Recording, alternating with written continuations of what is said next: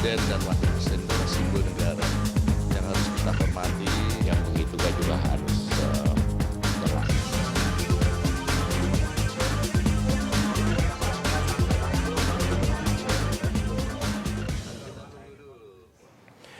Selamat malam pemirsa, saya Doni De Keyser mengawal Anda dalam Prime Time Talk edisi hari ini. Terungkapnya rekaman dugaan permintaan saham PT Freeport oleh Ketua DPR RI Setia Novanto dan pengusaha Riza Khalid membuka mata publik, ada orang kuat yang menggunakan kekuasaannya untuk meraup keuntungan pribadi. Selama ini orang-orang itu seakan tidak bisa tersentuh hukum meski sudah sering disebut-sebut namanya dalam sejumlah kasus.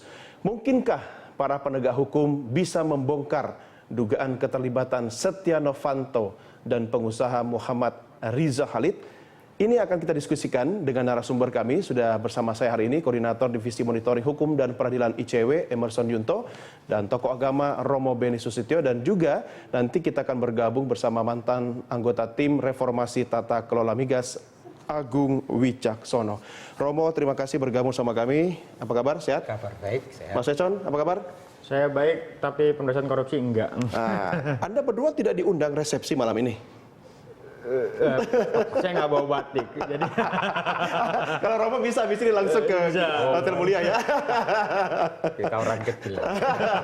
Oke, terima kasih Yang Mulia sudah hadir di Prime Talk pada hari ini. Saya ke Romo dulu, ini soal etika gitu kan. Romo, Anda melihat apa sih sebenarnya yang terjadi dalam kita menyaksikan sebuah dagelan atau mungkin stand up comedy lewat layar televisi nasional tanah air kita. Tapi Anda melihatnya apa yang terjadi sekarang ini? Ya sebenarnya kan dengan dua alat bukti ya, sebenarnya secara jelas pelanggaran etika berat. Nah kalau pelanggaran etika berat harusnya MKD langsung mengadakan sidang, memutuskan, terus membentuk tim independen. Itu menurut undang-undang yang terdiri 4 orang dari luar dan 3 dari anggota MKD. Sesimpel itu sebenarnya. Jadi kan persoalannya kan banyak anggota MKD tidak tahu apa itu etika. Etika itu kan memang norma yang menyangkut tentang yang baik dilakukan, yang buruk harusnya dihindarkan. Jadi Immanuel Kant mengatakan etika itu sebuah perintah. Jadi etika itu melekat pada diri seseorang. Dan itu menyangkut yang di MKD itu. Iya, dan menyangkut tentang martabat seseorang. Lah bagaimana orang bisa menjedak sesuatu terkait etika sementara yang menjedak nggak ngerti soal etika? Nah, itu persoalan kita hari-hari ini. Jangan-jangan kita harus ada MKD lagi untuk orang MKD.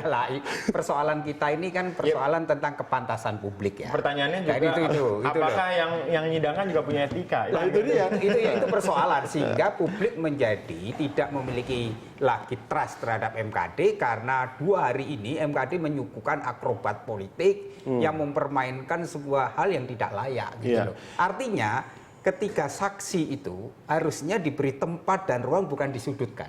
Karena saksi harusnya mereka itu, MKD itu menunjukkan apakah ada pelanggaran etika atau tidak.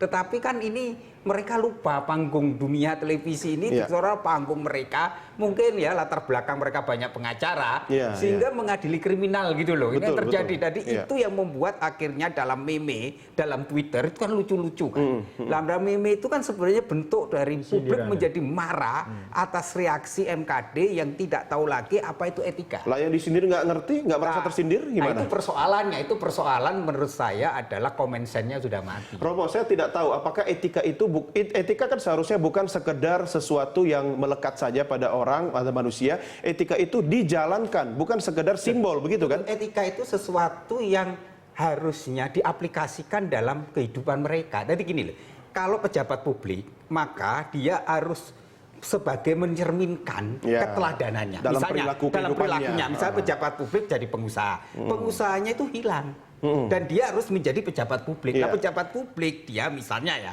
anggota DPR, ya kewenangannya itu di luar kewenangan itu dia melanggar etika. Jadi etika itu sesuatu pemandu yang mengatur seseorang sehingga seseorang itu bisa berjalan sesuai dengan redanya. Sehingga Thomas Aquinas mengatakan kalau elit politik itu tidak punya etika, dia itu seperti harimau yang memangsa semua orang. Karena kendalinya politik itu di etika. Jadi etika itu lebih tinggi dari hukum. Karena etika itu norma, baik tertulis maupun secara lisan, yang dijadikan acuan nilai-nilai pejabat publik untuk apa? Untuk orientasinya kepada bonum communio, kesejahteraan umum. Jadi hal-hal yang bertentangan dengan kesejahteraan umum itu pelanggaran etik. Misalnya dia misalnya meminta ketemu dengan pengusaha. Itu sudah nggak boleh. Karena dia anggota dewan.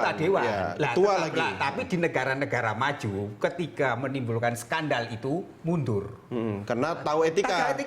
Lah, di Jepang lebih sadis lagi, Iya, harakiri, bunuh harakiri, diri. iya, betul. Karena harga diri. Mungkin kita nggak punya harga diri lagi. Itu sudah habis di masalahnya, toko, robo. Itu masalahnya. Jadi ketika harga dirinya tidak ada, sehingga tidak ada lagi orang merasa kepantasan itu. Iya. Tapi ini sebenarnya awal mula ketika pendidikan humanisme orang sadar orde lama itu sadar betul. Budi pekerti Sartono saya mundur karena hanya persoalan sepele di luar kewenangannya dia sadar bahwa itu dia mundur, ada jiwa satria. Tapi setelah orde baru semua dimaterialkan, biar semua itu menjadi materi, maka orang tidak lagi ada rasa memiliki kehormatan bukan segala-galanya. Karena kehormatan itu bisa dibeli dengan harta itu. Jadi ada nilai, ada harga untuk sebuah kehormatan. Ketika nilai itu hilang dalam kehidupan publik kita, maka etika kepantasan tidak lagi menjadi cara berpikir, bertindak, bernalar, berrelasi kita. Sehingga orang ini tidak lagi melihat kehormatan segala-galanya. Nah, akibatnya ya muka tebal itu yang terjadi. Iya, jangan lupa bukan cuma muka tebal, senyum di depan kamera. Saya mau minta dulu pendapat yang mulia Emerson Yunto seperti apa terkait dengan yang kita diskusikan kali ini. Iya, ini kan yang apa? Beberapa orang bilang jadi majelis kehormatan dagelan gitu ya. Karena memang ya tadi yang dipertontonkan itu kok seakan-akan Ma'ruf dan juga Pak Sudirman Said SS ini dianggap sebagai terdakwa, orang yang dipersalahkan gitu. Dan kemudian juga yang kita lihat, saya agak khawatir di putusan nantinya.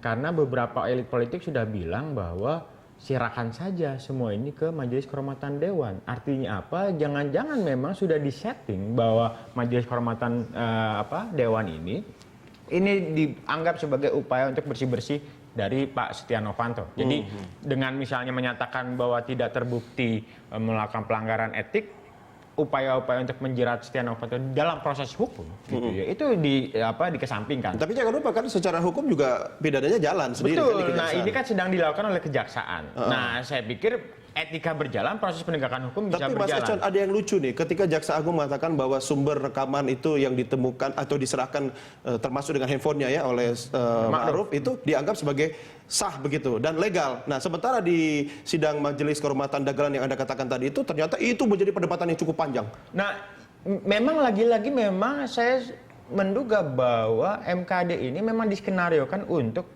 tanda kutip dianggap melindungi Setia Novanto. Belum apa-apa misalnya dipersoalkan soal validitas atau misalnya soal bukti soal rekaman. Yang tidak substansial lah. Itu tidak substansial. Kemudian apakah si Sudirman Said dianggap sebagai pelapor, dapat dianggap sebagai pelapor atau pengadu dalam hal ini. Nah, ini kan memang ada kesan yang di mata publik muncul ya, seolah-olah memang ya ada upaya-upaya untuk melindungi sebenarnya posisi Setia Novanto lewat MKD. MKD tidak paham juga dengan undang-undang yang dibuat. Dalam pasal 5 kan jelas, tugasnya itu mengawasi anggota dewan supaya tidak melanggar norma itu. Ada dalam undang-undangnya. Lah kebanyakan mungkin anggota MKD itu banyak pengacara yang tidak paham tentang etika politik, maka dianggap ini sebagai proses pengadilan kriminal gitu. Kan ada aturan tata beracara dalam sidang MKD. Tapi kan kebanyakan nggak dibaca. Jadi kalau ditanya aja anggota MKB, itu banyak yang nggak tahu, Son. Yang dibaca cuma cara penyebutan harus yang mulia begitu kan. Jadi itu yang juga kita agak bingung, simbol-simbol pengataan yang mulia, baju toga itu kan sebenarnya satu yang aneh gitu.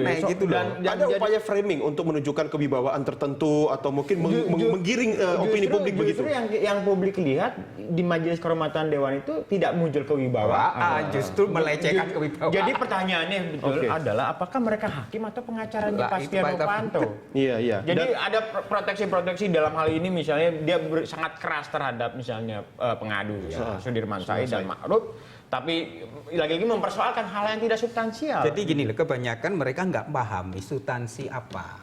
Ini kan lembaga etis. Lembaga etis itu harus membuktikan apakah ada pelanggaran atau tidak. Jadi arahnya ke situ. Kan ini nggak menanyakan hal-hal yang tidak ada kaitannya. Lah kesan saya adalah mereka ini menggunakan agenda setting bahwa dua orang ini sudah terdakwa.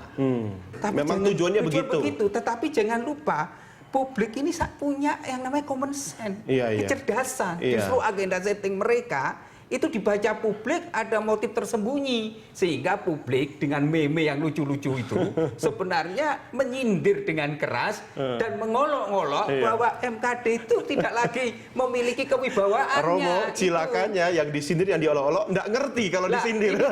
Maka kalau melihat ya, reaksi sekarang sudah 150.000. 150.000 kalau satu orang follower petisi loh ya. Kemarin 120.000 ya, sekarang 150.000. Oh, itu petisi itu punya follower. Tokoh-tokoh itu ada 10.000, ada yang 100.000, ada yang 100. Itu kalau di total 15 juta. 15 juta itu follower itu kan menyebar. Itu berarti itu menjadi opini yang luar biasa. Populi ya? Populi. Iya. Oke, baik. Kita jadi lanjutkan gini, di segmen berikutnya ya, Romo dan Mas Econ. Baik pemirsa, Anda juga bisa berpartisipasi bersama kami dengan mengirimkan pertanyaan atau komentar melalui nomor telepon atau jalur komunikasi yang tertayang di layar televisi Anda saat ini. Kami segera kembali sesaat lagi.